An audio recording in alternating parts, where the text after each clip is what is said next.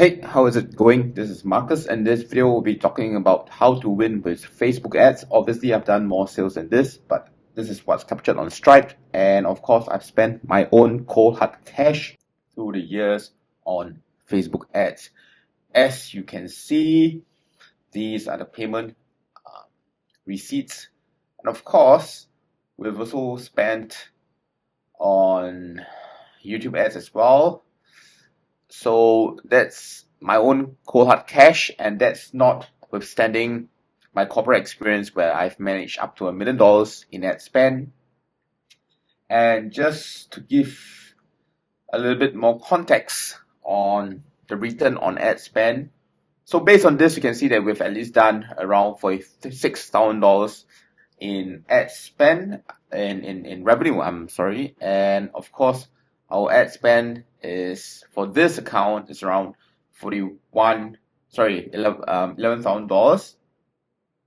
And I just want to put it in context that our past ad spend for all the other various accounts that I've had, it's not unusual to have different ad accounts. So this one is $4,000, and primarily this ad spend is for my first business, the dating advice business. Okay, I've done a little bit of ad spend here and there for a little agency work. As you may or may not have known that I generally did not get into agency work until much recently. So this is a track record, okay? And if you do the math, okay, let's do the math. Okay, let's do the math, okay? So we have this amount, okay, plus 4080 plus, let's refer to our Google ad spend, all right, 2624, okay, 2624. And our little ad spend here, 329, let's count it as 330, okay, plus 330, okay. So that's around $1,800, $18,000, $380 of ad spend, okay. And this is not withstanding my bank account transfers, because in Singapore it's way cheaper to just transfer the proceeds directly to the bank through PayNow, PayLah, or bank transfer, okay? And Stripe takes around 3%, 2.5%, 3% of the proceeds. Okay, so I'm showing you to impress upon you, primarily to small business owners, that to address their concerns, okay? So there are many agencies out there that spend only their clients' money, okay? So you're talking to agencies that do cold outreach, they get an account, they spend their clients' money. Then there are agencies that spend their investors' money, okay? So when I built my first business, it was just me, okay? It was my money, and I started it from scratch. I built everything, okay, from the website to copywriting to positioning to video scripting to video editing. It was just me bootstrapped.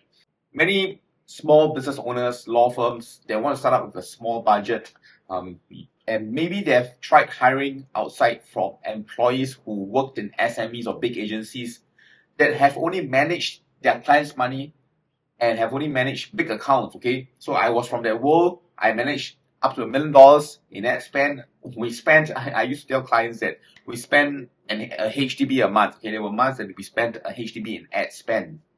Of course, there was a return of investment, and the numbers were huge. We did $1 million in sales a month, okay, of a digital insurance product, okay? So when you're starting out with a small budget, it is extremely different from looking at campaigns where you are spending $1 million a month. And when I was spending $1 million a month, managing $1 million a month, it was always ROI based. So there was not a period of time in my life where I've worked for an agency or a client where it was based on awareness or branding as the goal. The goal was to always have return on investment, return on ad spend. So when I build campaigns around these goals, it's extremely different from perhaps other agencies where their goal is branding and awareness. And it's also extremely different when you're talking about small budget lead generation, starting from $0 ad account, $500, $1,000, and then 2K and 3K, 4K, and then 20K. Okay, so here are the lessons that I want to share on how to construct and entirely from scratch using the principles that I've learned through my client acquisition career.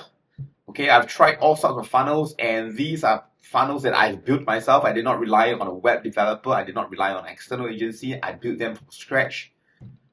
From a technical perspective, from the pixels perspective, from the analytics perspective, and then, well, I can always lean into my corporate experience as well.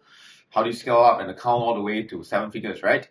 So I've tried all sorts of funnels, from PDF lead funnels, call funnels, one-page landing page funnels, your so-called SLO, low ticket self-liquidation offers, and VSL funnels, and webinar funnels, automated live funnels. I've tested all of them in my first business, and of course I've seen variations of all of this through my advertising career, digital advertising career. And here is the lesson that you can take away, okay, from spending. And as you can see, I've gotten at least a 2x to 3x ROI based on my ad spend, and the true numbers are much higher, but well, just for this video's sake. Okay, so first thing you want to get at is that the market always takes precedent over the offer. I do know that Alex Hormozi has gotten extremely popular in the internet marketing space, and he always talks about the offer. But what you really want to hone in on is the market first before the offer. I'm not saying that the offer is not important, but I'm saying the market is more important than the offer. So you don't want to be selling anything that the market doesn't want or doesn't need. This was something that I hit into when I was running my dating advice business. Well, in my opinion, most men in Singapore do need some form of dating advice, but do they really want to pay for it? Is it something that's conventional? Are they willing to go through the pains of really, facing up to their fears and getting their dating life handled? I mean, we still live in the Asian culture, unfortunately, and that perhaps wasn't too contemporarily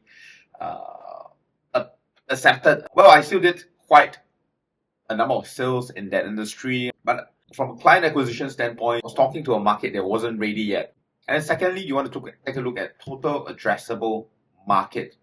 The total addressable market who was solution aware.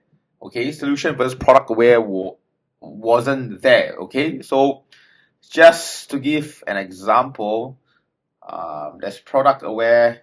So most men might not have perceived their dating life as problem, because I think in Asia, when it comes to dating, most of them think it's fate and luck. Maybe those who are problem aware would see the solution as dating agencies, okay? They wouldn't want to hire out a dating coach for their problem. Of course, my product was social skills, okay? Social skills.